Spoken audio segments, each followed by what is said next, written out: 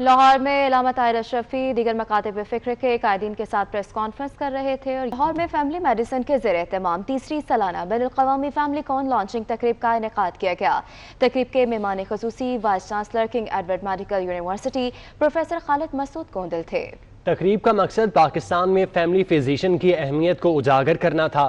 Professor Khalid Masood Gondal کا کہنا تھا یونیورسٹی کی جانب سے فیملی فزیشین کی سرپرستی اور تعاون جاری رہے گا۔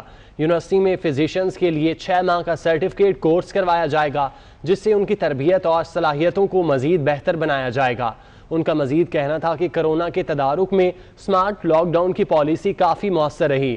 ڈاکٹر طارق محمود میاں نے کہا کہ عوام الناس کی صحت اور بہتری کے لیے ہمیشہ فیملی فزیشین اپنا کردار ادا کریں گے۔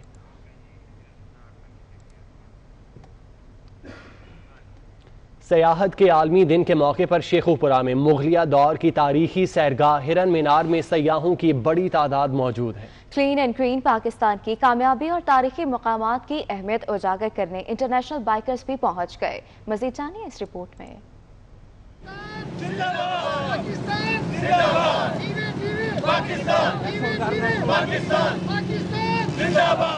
سیاحت کے عالمی دن کے موقع پر تاریخی مقامات کو کلین گرین رکھنے اور سیاحت کے فروغ کے لیے پاکستان کے مختلف شہروں سے 100 سے زائد انٹرنیشنل بائکرز مغلیہ دور کی تاریخی سیرگاہ ہرن مینار پہنچ گئے۔ بائکرز کا کہنا ہے کہ یہاں آنے کا مقصد کلین گرین مہم کا پیغام عام کر کے تاریخی ورثوں کی حفاظت یقینی بنانا ہے۔ بیسکلی آج ہم سب بائکنگ کلب کا یہاں پہ آنے کا مقصد بیسکلی یہ تھا کہ جو ہماری لوک ورثہ سائٹس ہیں ان کو ہم کلین کریں، ان کو ہم وہاں پودے لگا کے گرین کریں اور پوری دنیا کو ہم یہ میسیج دیں کہ جی ہمارا جو پاکستان میں جو لوک ورثہ سائٹس ہیں وہ امن کا گوار ہیں اور صاف ستھری ہیں۔ انٹرنیشنل بائکرز نے شیخوپورہ کو تاریخی ورثے کا حامل شہر قرار دیا اور حکومت سے اپیل کی کہ کئی برس سے بند قلعے کی رونقیں بحال کی جائیں۔ شیخوپورہ آثار قدیمہ کے حوالے سے اور تاریخی مقامات کے حوالے سے کافی زرخیز ہے۔ آج ہم ہیریٹیج کو کلین اینڈ گرین کا میسج لے کر یہاں پہنچے ہیں۔ اس ہیریٹیج کو پروموٹ کیا جائے اور اسپیشلی شیخوپورہ فورٹ کو عوام کے لیے کھولا جائے۔ شیخوپورہ آثار قدیمہ کے حوالے سے، تاریخی عمارات کے حوالے سے کافی زرخیز ہے اور آج ہم ہیریٹیج ڈے کو کلین اینڈ گرین کے میسج کو لے کر یہاں پہنچے ہیں۔ ہماری وزیر اعظم عمران خان صاحب سے اور ذوالفقار بخاری صاحب سے درخواست ہے کہ اس ہیریٹیج پہ اور ذرا اس کو پروموٹ کیا جائے، رینوویٹ کیا جائے اور اسپیشلی شیخوپورہ فورٹ کو پبلک کے لیے اوپن کیا جائے۔ محکمہ آثار قدیمہ پنجاب اور نجی کلب کی جانب سے سیاحوں میں سرٹیفکیٹ تقسیم کیے گئے اور کلین گرین مہم کی کامیابی کے لیے بڑھ چڑھ کر حصہ لینے کے عزم کا اظہار کیا گیا۔ گولڈ، سلور اور کانسی کے 66 تمغے جیتنے والے نامور ایتھلیٹ عبدالخالق کی یاد میں شیخوپورہ میں ہاف میراتھن ریس کا انعقاد کیا گیا۔ شیخوپورہ کے ایک دیہاتی علاقے کالوکے میں ہونے والی 21.1 کلومیٹر فاصلے کی ریس میں شیخوپورہ سمیت پنجاب کے مختلف اضلاع سے 72 ایتھلیٹ شریک ہوئے۔ ساہیوال کے محمد اختر نے 1 گھنٹہ 16 منٹ میں 21.1 کلومیٹر کا فاصلہ طے کر کے فتح اپنے نام کر لی، جبکہ لاہور کے نوشیروان 30 منٹ کے فرق سے دوسرے اور شارجہ کے محمد اکرم 7 منٹ کے فرق سے تیسرے نمبر پر رہے۔ ڈسٹرکٹ اسپورٹس آفیسر ملک عظیم سردار نے میراتھن کے شرکاء میں ٹرافیز، سرٹیفکیٹ اور انعامات تقسیم کیے۔ نیوز اسٹوڈیو سے فی الوقت اتنا ہی۔ مزید باخبر رہنے کے لیے دیکھتے رہیے 24 نیوز HD۔